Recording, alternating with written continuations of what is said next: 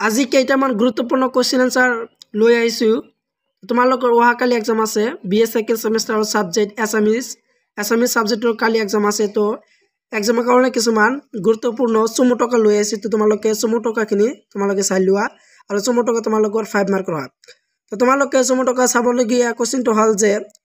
তোমালোকৰ page number 14 দিয়া আছে মডেল পেজ নম্বৰ 14 দিয়া আছে তো কোৱেশ্চন নম্বৰটো হ'ল 16 তো চমু টকা লিখা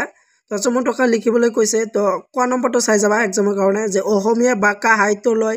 মিছনাৰী সকলৰ অৱদান তো এই চমু টকা ভেৰি ইম্পৰ্টেণ্ট অহাকালি পৰীক্ষাৰ কাৰণে এই কোৱেশ্চনটো তোমালোকে চাই যাবা আৰু এই কোৱেশ্চনটো তোমালোকৰ 5 মাৰ্ক হয় তো এনসাৰখিনি তোমালোকক দিয়া আছে তো তোমালোকে এনসাৰখিনি তোমালোকে চাই লোৱা এনসাৰটো সম্পূৰ্ণখিনি ভালদৰে চাই লোৱা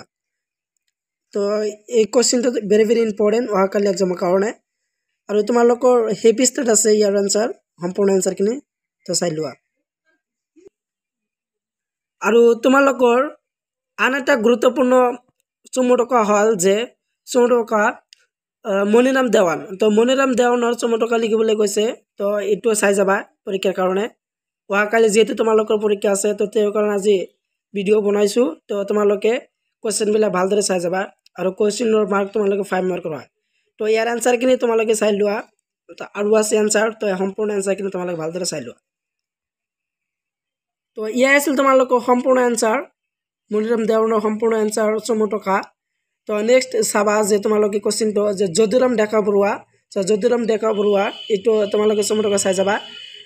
আৰু ইয়াৰ লগত চাবা যে তোমালোকে কমন নম্বৰ চমু টকাটো যে জোনাকী তো জোনাকী চমু টকাটো এইটো চাই যাবা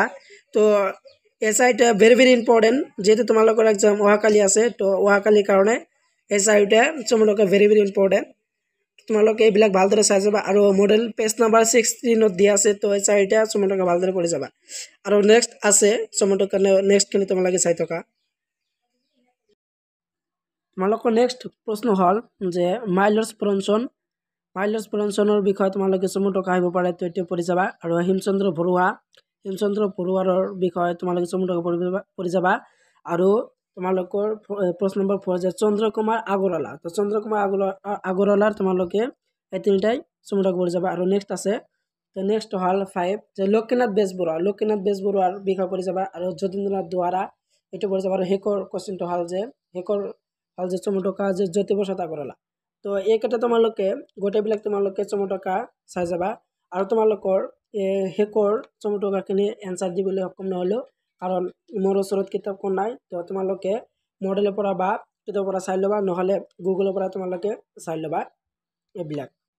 আজি যিবিলাক তোমালোকৰ আগত চমু টকাখিনি ডিছকাছ কৰিলোঁ তো গোটেইবিলাক ইম্পৰ্টেণ্ট হয় তো তোমালোকে গোটেইবিলাক ভালদৰে পঢ়ি যাবা যিহেতু তোমালোকৰ পৰীক্ষা অহাকালি আছে এক্সাম এছামিজ এক্সাম তো তেওঁৰ কাৰণে এইবিলাক গোটেইবিলাক পঢ়ি যাবা আৰু